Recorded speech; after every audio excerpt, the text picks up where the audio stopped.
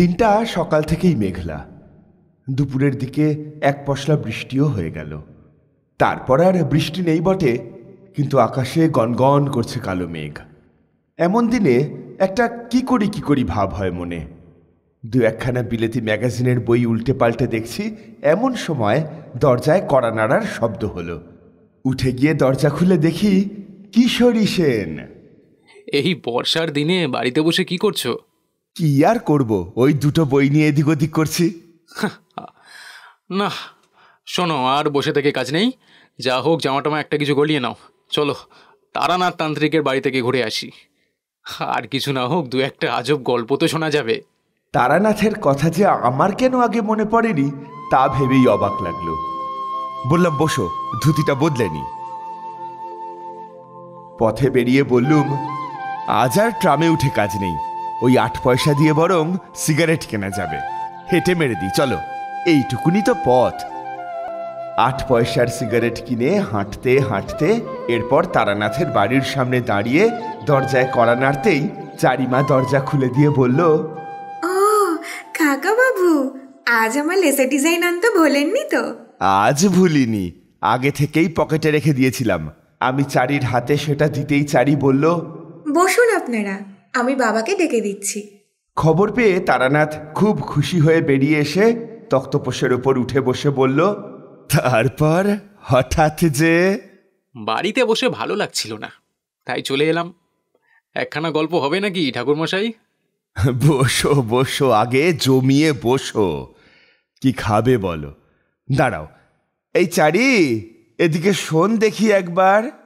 চারি ভিতর ঘর থেকে আসতেই তারানাথ বলল, যা দেখি চট করে তেল, কাঁচা লঙ্কা, নুন দিয়ে মাখানো মুড়ি নিয়ে আয়, পরে চা দিবি। বেশ কিছুক্ষণ পরে চারি জবজবে করে তেলে মাখা মুড়ি নিয়ে এলো। খেতে খেতে হঠাৎ কিশোরী বলল, আচ্ছা, তান্ত্রিকের আর কাপালিকের মধ্যে পার্থক্য আছে কিছু? আর আপনি কখনো কাপালিক দেখেছেন? হ্যাঁ, পার্থক্য আছে বই কি, তবে তোমাদের সেসব বোঝানো কঠিন। হ্যাঁ, কাপালিক দেখেছি 2-1 বার, তবে একবারের স্মৃতি কোনোদিনও ভুলতে পারবো না। কথাটা বলেই কিছুক্ষণের জন্য তারানাথ কেমন চুপ করে গেল। বললাম, বলুন না সেই গল্প ঠাকুরমশাই। বলছি খন, তোমরা খেয়ে নাও আগে। সে এক ভয়ানক কাহিনী হে, অনেকদিন বাদে মনে পড়ে গেল। এখনো সে কথা ভাবলেই গায়ে কাঁটা দেয়। আচ্ছা, এই ঘটনা কি মধুসুন্দরী দেবীর ঘটনার আগের? বটেই, আমার ভবঘুরে জীবনের একেবারে প্রথম দিকে ঘটেছিল। তখনও আমি বীরভূমের মাতু পাগলিকে দেখিনি। কে চারি, চা এনেছিস? কই দে দেখি। নাও হে, চা খাও। আমরা চায়ে চুমুক দিতে লাগলাম। তারানাথ বলতে শুরু করল, তখন আমার বয়স 22 কি 23। বাড়িতে আর ভালো লাগে না। আমাদের গ্রামের ধারের বাঁধানো বটতলায় এক বিচিত্র সাধু এসে বাস করছিলেন 7-8 দিন। সামনে ধুনি জ্বালিয়ে বসে থাকতেন। গ্রামের অনেকেই তার কাছে গিয়ে দুধ, ফল মূল দিয়ে আসত। বাকি বউ ছিঁড়া বায়না করত মাদুলি তাবিজের জন্য। কিন্তু সাধুটি কখনো ভ্রম দেখিয়ে ভক্ত জোগাড় করার চেষ্টা করেননি। কেউ বেশি বিরক্ত করলে বলতেন, আমি কিছুই জানি নে মা, আমার কোনো ক্ষমতা নেই, ভগবানকে ডাক। আর তাকে বেশি ধরাধরি করলে বলতেন, আচ্ছা যা, তোর হয়ে আমি ভগবানের কাছে প্রার্থনা করব। এই সততার জন্য এবং কারোর কাছ থেকে কোনো পয়সা না নেওয়ায় সাধুর ওপর আমার কেমন যেন একটা আকর্ষণ জন্মালো। তা গেলাম একদিন সাধুর বটতলায়। একদিকে বসে আছি, নানা রকম লোক এসে সাধুর কাছে নানান কথা বলছে। সাধু সবাইকে হেসে বিদায় জানাচ্ছেন। এসব মিটতে মিটতে বিকেল গড়িয়ে অন্ধকার নেমে এলো। এবার সেখানে কেবল আমি আর সেই সাধু। পাশ থেকে একখানা চেলা কাঠ নিয়ে ধুনির মধ্যে গুজে দিতে দিতে সাধু বললেন, আয়, এদিকে এগিয়ে আয়। এরপর ধুনির আলোয় আমাকে বেশ কিছুক্ষণ দেখার পর সাধু একটা নিঃশ্বাস ছেড়ে বললেন, সন্ন্যাসী হওয়ার ইচ্ছা আছে, তাই না? তোরও সব হবে না, তবে তোর কপালে অনেক সাধু সঙ্গ আছে দেখছি। কিছু শক্তিও পাবি, কিন্তু সংসারে তোকে থাকতেই হবে। বললাম, আপনি তো কাউকে কিছু বলেন না, তাহলে আমাকে সব বলছেন যে? সাধু কিছুক্ষণ চুপ করে থাকার পর বললেন, তোর কপালে তন্ত্র সাধনার চিহ্ন আছে, কিন্তু তা অস্পষ্ট। এই চিহ্ন না দেখতে পেলে তোকে সব কিছুই বলতাম না। তোর অধিকার আছে জানার। আমি উৎসুক হয়ে উঠলাম। বললাম, আর কি কি দেখতে পাচ্ছেন সাধুজি? আর যা দেখতে পাচ্ছি তা খুব ভালো নয়। কিরকম? বছর খানেকের ভিতর তোর খুব বড় বিপদ আসতে চলেছে। ভালোই হয়েছে আমার সঙ্গে তোর দেখা হয়ে, নইলে প্রাণ সংশয় হতে পারত। কিরকম বিপদ তা না বললে তার থেকে বাঁচবো কি করে? তা আমিও ঠিক বলতে পারছি না, জানলে নিশ্চয়ই বলতাম। আচ্ছা, এই 1 বছরের মধ্যেই যে বিপদ আসবে তা বলছেন কি করে? তার আগে কিংবা পরেও তো আসতে পারে। ওটা আমার অভিজ্ঞতা থেকে বলছি। চুপ করে বসে রইলাম। বলাই বাহুল্য, গা বেশ ছমছম করছিল আমার। বেশ কিছুক্ষণ পর সাধু বললেন, তোকে আমি একটা জিনিস শিখিয়ে দিয়ে যাচ্ছি, ভালো করে শিখে রাখ। যদি কোনোদিনও কোনো বিপদ আসছে বলে মনে হয় বা কোনো অস্বস্তির মধ্যে পড়িস, তাহলে এই প্রক্রিয়াটা করবি। তাতে যতই বিপদ আসুক, প্রাণটা বেঁচে যাবে। কি প্রক্রিয়া সাধুজি? এই নে, এটা ভালো করে দেখ, আর এই মন্ত্রটা মুখস্থ করে নে। একে বলে গাত্রবন্ধন। প্রক্রিয়াটা শিখতে বেশিক্ষণ লাগলো না। তারপর বললাম, কিন্তু বিপদ যে আসছে তা বুঝবো কি করে? তোকে কিছুটা শক্তি দিলাম। আজ থেকে তুই ভালো মন্দ সবকিছু আগে থেকেই টের পাবি। আমাকে আমাকে শিষ্য করে নিন সাধুজি। আপনি যা বলবেন আমি তাই করব, আপনার সেবা করব। ও সব হবে না, আবদার করিস না, যা কেটে পড়। আবার আবার কবে আপনার দেখা পাবো?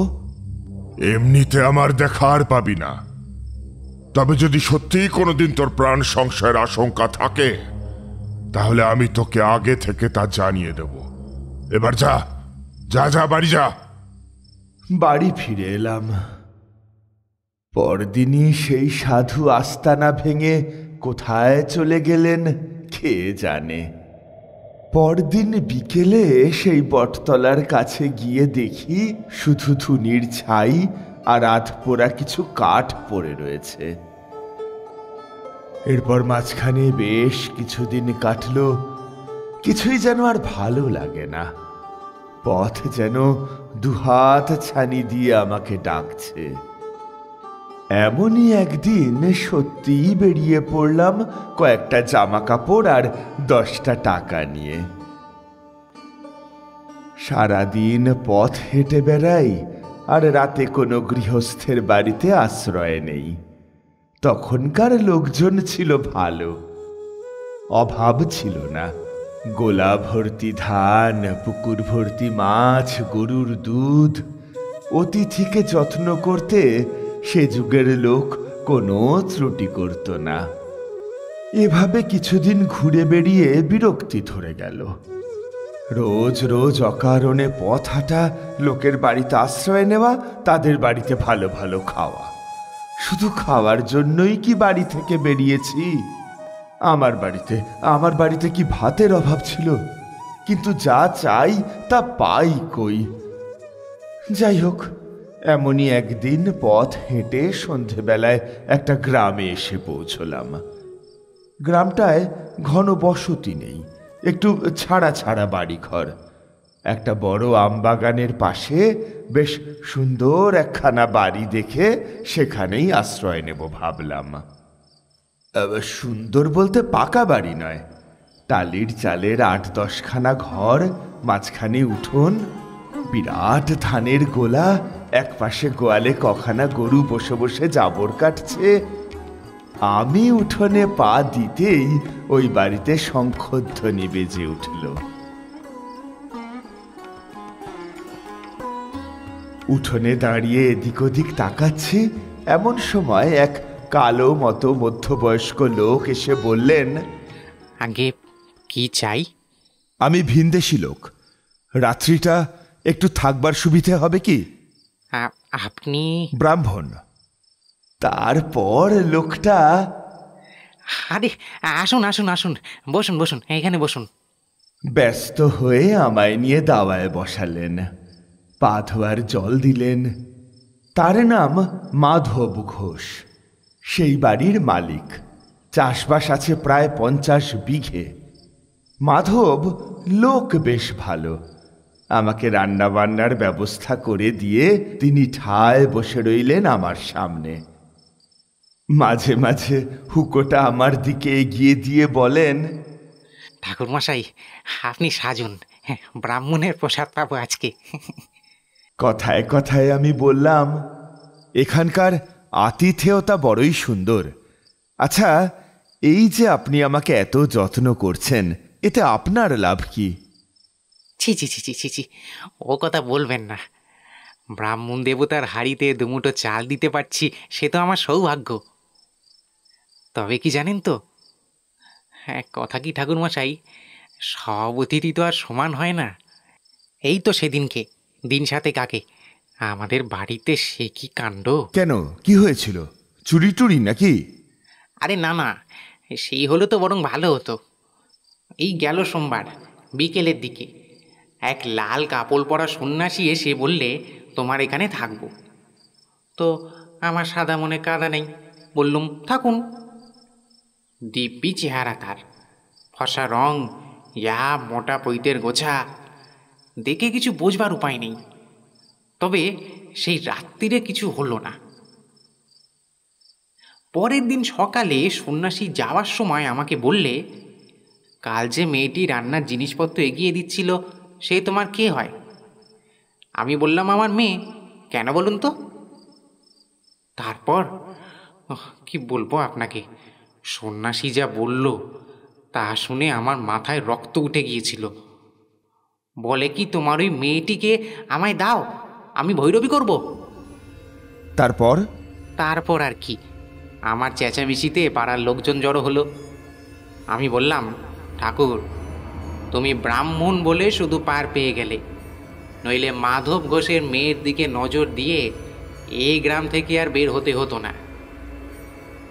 সন্ন্যাসী আমার দিকে কটমট করে তাকিয়ে বলল, কাজটা ভালো করলি না, এই কাজের ফল তুই হাতে নাতে পাবি। বলেন কি, সাংঘাতিক ব্যাপার। লোকটা আর আসেনি তো? ও তার আর আসতে সাহস হবে না। আর যাই হোক, প্রাণের ভয়টুকু তো আছে। মাধবের অতিথি যত্নের কোনো ত্রুটি নেই। এরপর পরের দিন সকালে উঠে আমি মাধবের কাছে বিদায় নিলাম। সকাল থেকে হাঁটছি। দুপুরে একটা গঞ্জ মতো জায়গায় চিড়ে দই কিনে খেলাম। তারপর আবার হাঁটতে শুরু করলাম। এরপর হাঁটতে হাঁটতে ঠিক সন্ধেবেলায় যেখানে এসে পৌঁছলাম, সেই জায়গাটার ত্রিসীমানায় কোনো গ্রাম নেই। দেখলাম পাশ দিয়ে একটা ছোট্ট নদী বয়ে গেছে। তখনও আকাশে মৃদু আলো রয়েছে। আমি কি করব বুঝতে না পেরে নদীর ধার ধরে হাঁটতে শুরু করলাম। মিনিট 15 হেঁটে দেখি একটা শ্মশান। সেখানে গিয়ে দাঁড়িয়ে চারদিক দেখছি, হঠাৎ ভারী গম্ভীর গলায় পিছন থেকে কেউ একজন বলে উঠলেন, এখানে কি চাই? কি দরকার এখানে? চমকে পিছনে তাকিয়ে দেখি একজন সাধু দাঁড়িয়ে। আমি তাকে প্রণাম করে সবিনয়ে জানালাম আমার বিশেষ কোনো দরকার নেই। পথে হাঁটতে হাঁটতে এখানে এসে পৌঁছেছি মাত্র। কোথায় যাওয়া হবে? কোথাও না। মানে কোনো ঠিক নেই। সাধু কি বুঝলেন তা আমি জানি না। কিছুক্ষণ আমার মুখের দিকে তাকিয়ে রইলেন, তারপর খুব সূক্ষ্ম এক হাসি হেসে বললেন, আয়, আমার সঙ্গে আয়। তা গেলাম তার পিছন পিছন। শ্মশানের বেশ অনেকটা ভিতর দিকে গিয়ে দেখি একটা গাব গাছের নিচে মরার মাদুর, চাদর এইসব দিয়ে সাধু বেশ একটা ঝুপড়ি মতো বানিয়েছেন। বললাম, আপনি এখানেই থাকেন? কেন, অসুবিধাটা কোথায়? সাধুর কথাবার্তা যেন কেমন কেমন। আমি বললাম, না না, অসুবিধের কি আছে, আমি এমনি বলছি। এরপর সাধু আমাকে ঝুপড়ির বাইরে বসতে বলে নিজে ভিতরে ঢুকলো। বেরিয়ে এলো দুটো পাকা কলা হাতে নিয়ে। এই নাও, খাও। তা কি উদ্দেশ্যে বেরোনো হয়েছে বাড়ি থেকে? সাধু হওয়ার ইচ্ছে নাকি? আমি উত্তর না দিয়ে চুপ করে বসে রইলাম। তুই আমার কাছে থেকে যা, তোকে আমি চেলা করে নেব। কিরে, থাকবি? তোর কপালে তন্ত্র সাধনার চিহ্ন আছে, তুই থেকে যা আমার কাছে। আমি একটু ফাপড়ে পড়লাম। এই সাধুকে দেখে আমার তেমন ভক্তি হয়নি, বরং কেমন একটু অস্বস্তি হয়েছে। এত সহজে নিজে থেকে চেলা করে নিতে চায় শুনে সেই ভাবটা আরো বেড়েছে, বই কমেনি। ভালো সাধুরা কখনো অতি সহজে শিষ্য করতে চায় না কাউকে। অবশ্য আমার আর চিন্তা কি, থাকি কদিন। বললাম, ঠিক আছে, থাকবো। বেশ, আমি একটা বিশেষ সাধনা করছি, সেটা সম্পূর্ণ হয়ে গেলেই তোকে দীক্ষা দেব। কি সাধনা? সে আছে, সময় হলেই জানাবো। তাছাড়া তোর সাহায্যও আমার দরকার হতে পারে। থেকে গেলাম সাধুর কাছে। এইভাবে 2-4 দিন কেটে গেল। ধীরে ধীরে আমি বুঝতে পারি এই সাধু একজন কাপালিক। একদিন একটা মরা চড়ুই পাখি এনে তার পেট চিরে নাড়ি ভুড়ি বের করে তাকে একটা সরায় রেখে অন্য আর একটা সরা উপর থেকে চাপিয়ে একটু আটা মেখে সরা দুটোর মুখ বন্ধ করে দিলেন। আমি জিজ্ঞাসা করলাম, এই দিয়ে কি হবে? কাজ আছে, এই দাও, এটা নিয়ে গিয়ে 1 ঘন্টা ধরে পোড়াও। এইভাবে ঠিক 3 দিন পোড়াবে। আমিও সাধুর কথা মতো আগুনে পোড়াতে লাগলাম সেটা। এমনভাবে 2 দিন কেটে গেল। একদিন সকালে দেখি সাধুজি একটা নিম গাছের ডালকে কেটে তা দিয়ে একটা পুতুল বানাচ্ছেন। নাক, মুখ, চোখ সব শুধু একটা মানুষের আকৃতির। সেই দিনও অবাক হয়ে জিজ্ঞাসা করলাম, এই দিয়ে কি হবে? কাজ আছে। তখনও আমি ওই সাধুর আসল উদ্দেশ্য কিছু বুঝতে পারিনি। বুঝতে পারলে কবেই ওখান থেকে পালিয়ে যেতাম। এমনই আরো 2-3 দিন কাটল। একদিন বিকেলবেলা আমি সাধুকে জিজ্ঞাসা করলাম, আপনি কি প্রক্রিয়াকরণ করছেন আমি কি একটু জানতে পারি? আমি বেতাল জাগানোর প্রক্রিয়াকরণ করছি। বেতাল? বেতাল কি? বেতাল হলো এক ধরনের নিষ্ঠুর অপশক্তি। একবার তাকে জাগ্রত করলে তার কাজ শেষ না হওয়া অবধি তার নিদ্রা নেই। এই শুনে আমার গা ছমছম করে উঠল।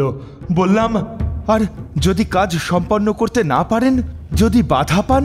বেতালকে বাধা দেওয়া অত সহজ না, কিন্তু কোনোভাবে যদি বাধা পেল তাহলে ফিরে এসে যে জাগিয়েছে তাকেই হত্যা করে।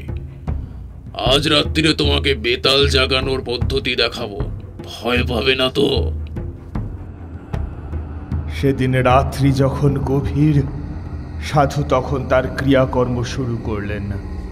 সাধু সেই নিম কাঠের পুতুলটা এনে তাতে বেশ করে তেল মাখালেন এবং সেটাকে কোমর অবধি পুঁতলেন মাটিতে। এরপর পদ্মাসনে বসে বিড়বিড় করে কি মন্ত্র পড়তে পড়তে পুতুলটায় চন্দনের ছিটে দিতে লাগলেন। সাধু আমার দিকে ঘুরে বললেন, শুকনো কাঠ দিয়ে একটা ধুনি করো তো। করলাম। তারপর গাওয়া ঘিয়ে একটা জবা ফুল আরো কি সব যেন মন্ত্র পড়ে আগুনে আহুতি দিলেন।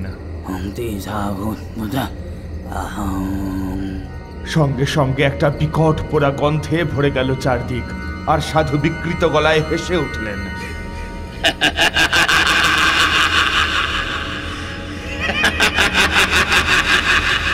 আমি দেখলাম সেই ধোঁয়ার মধ্যে থেকে উঠে এলো একটা কালো মূর্তি। কিছুক্ষণের মধ্যেই সে বাতাসে কোথায় যেন মিলিয়ে গেল। এরপর সাধু আমার দিকে ঘুরে বললেন, ওই হলো বেতাল। কোথায় গেল? তোমাকে এতদিন আসল কথাটা বলিনি, আজকে বলবো। আজ থেকে 15-20 দিন আগে এখান থেকে মাইল 20 দূরে একটা গ্রামে আমি মাধব ঘোষের বাড়িতে এক রাত আশ্রয় নিয়েছিলাম। আমার মাথায় তখন বিদ্যুৎ খেলে গেল। তাহলে কি এই কাপালি কি সেদিন মাধব ঘোষের বাড়িতে হাঙ্গামা করেছিলেন? ওইদিকে সাধু বলে চলেছেন, সেই মাধব ঘোষের বড় মেয়ে, সেই মেয়েটির প্রকৃত সাধন সঙ্গিনী হওয়ার সমস্ত লক্ষণ বর্তমান ছিল। আমার কাছে আপাতত কোনো ভৈরবী নেই। আমি পরদিন সকালে মাধব ঘোষের কাছে সেই মেয়েটিকে চাইলাম। মাধব দিল তো নাই, অপরন্তু আমাকে অপমান করে বাড়ি থেকে বের করে দিল। সেই অপমান আমার বুকে কাঁটার মতো গেঁথে রয়েছে। বেরিয়ে আসার সময় মাধব ঘোষ আমার ঘাড়ে হাত দিয়ে একটা ধাক্কাও দিয়েছিল। আচ্ছা, আমার ঘাড়ে হাত? মাধব ঘোষ, এত সাহস! এইবার দেখাবো তোমাকে। আমি ভয় পেয়ে বললাম, কি করবেন আপনি? করব কি, করেছি তো। এই যে বেতাল পাঠালাম, কোথায় গেল সে? পাঠালাম ওই মাধব ঘোষের বাড়িতে।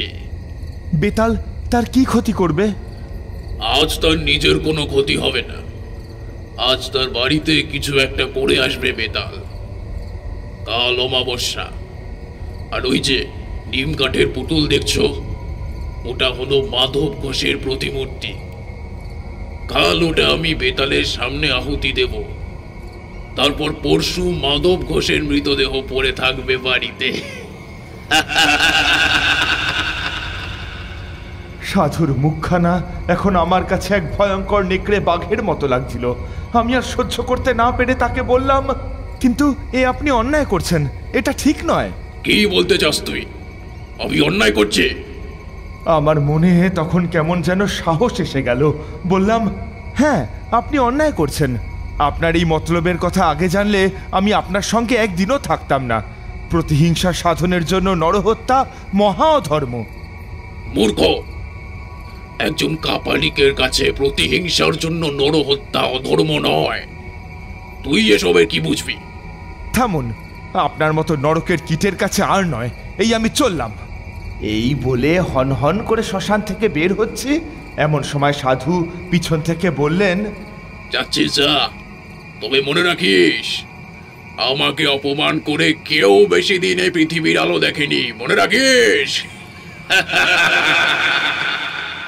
আমি আর তার কথায় কর্ণপাত না করে হেঁটে চলে গেলাম সেই রাতে।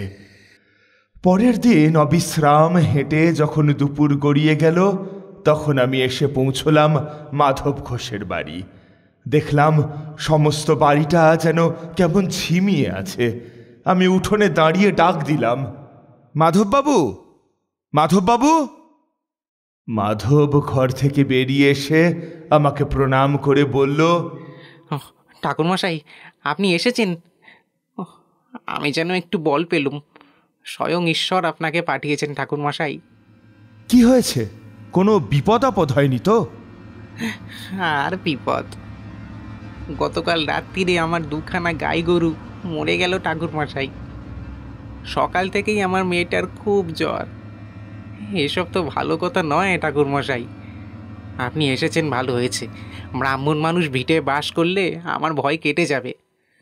বুঝলাম সবই, কিন্তু আমার কি করার আছে বুঝতে পারলাম না।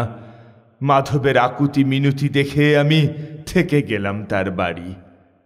তখন বিকেল বেশ গাঢ় হয়েছে।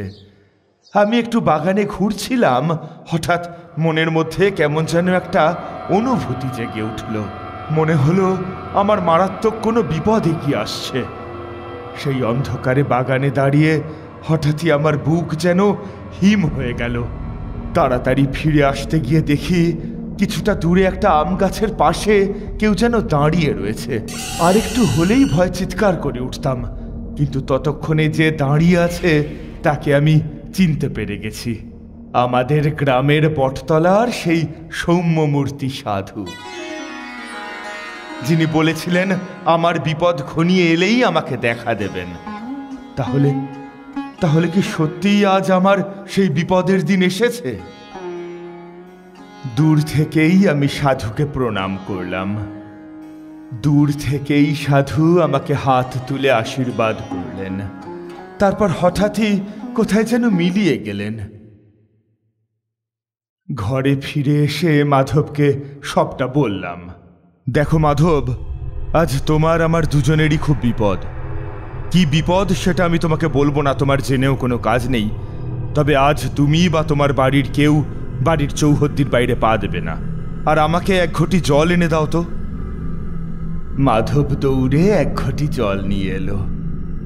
আমি সেই সাধুর দেওয়া গাত্রবন্ধনের মন্ত্র দিয়ে জলটা শোধন করে বাড়ির চারদিকে ঘুরে ঘুরে ছিটিয়ে গণ্ডি কেটে দিলাম। আমি বুঝতে পেরেছিলাম বিপদ আমার এবং মাধব দুজনেরই। কাপালিক আমাকেও ছাড়বে না।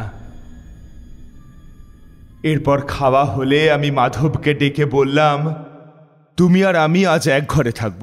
মাধব, বাইরে সবাই শুয়েছে? হ্যাঁ হ্যাঁ ঠাকুর মশাই। এরপর আমি আর মাধব খাটে উঠে বসে রইলাম। হঠাৎই এক প্রচণ্ড তীব্র বাতাসে বাইরের আম বাগান কেঁপে উঠল। ঝড়ের সময় নয়, কিছুই নয়, হাওয়া এলো কোথা থেকে। ক্রমেই সেই হাওয়া বেড়ে রীতিমতো ঝড়ে পরিণত হলো। পাশের ঘর থেকে মেয়েরা কেঁদে উঠল। আমি চেঁচিয়ে বললাম, কেউ বাইরে আসবেন না। এবার সেই ঝড়ের শব্দের মধ্যে কার যেন বিভৎস হুঙ্কার শুনতে পেলাম। কে যেন অমানসিকভাবে হুঙ্কার করছে। কে যেন ঝড়ের ছদ্মবেশে প্রাণপণ চেষ্টা করছে বাড়িতে ঢোকার, কিন্তু সে বারবার অদৃশ্য কিছুতে বাধা পাচ্ছে। বেশ খানিকক্ষণ এরকম চলার পর হঠাৎ সেই ঝড়টা যেন থেমে গেল। আমবাগান আবার শান্ত। বুঝলাম যে বাড়িতে ঢোকার চেষ্টা করছিল তার উদ্দেশ্য সফল হবে না বুঝতে পেরে সে ফিরে গিয়েছে। মাধব ঘোষ আতঙ্কিত চোখে আমার দিকে তাকিয়েছিল। আমি বললাম, আর ভয় নেই, তুমি আমি দুজনেই বেঁচে গেলাম বোধহয়। পরের দিন সকালে খবর পেলাম মাধবের মেয়ে একদম সুস্থ হয়ে গিয়েছে। তারপর মাধবের ওখান থেকে বিদায় নিয়ে প্রায় মাইল খানেক চলে এসেছি। দেখি ঘোড়ায় চড়ে এক দারোগা বাবু কোথায় যেন চলেছেন, পিছনে দুজন পাগড়িওয়ালা সিপাহী। আমার কাছ দিয়ে যখন তারা পার হচ্ছিলেন তখন একজন সিপাহীকে জিজ্ঞাসা করলাম, কোথায় চলেছো বাপু? সামনে বিরামখালিতে একটি শ্মশান আছে জানেন? সেই শ্মশানে একজন কাপালিক থাকতো, সে খুন হয়েছে। খুন হয়েছে বোঝা গেল কি করে? মাথাটা নাকি একেবারে মুচড়ে উল্টো দিকে ঘুরিয়ে দিয়েছে কেউ, অনেকে মিলে করেছে আর কি। আমি তখন সব বুঝতে পেরেছি। কাপালিকই তো বলেছিলেন, বেতাল বাধা পেলে ফিরে গিয়ে যে জাগিয়েছে তাকেই আক্রমণ করে।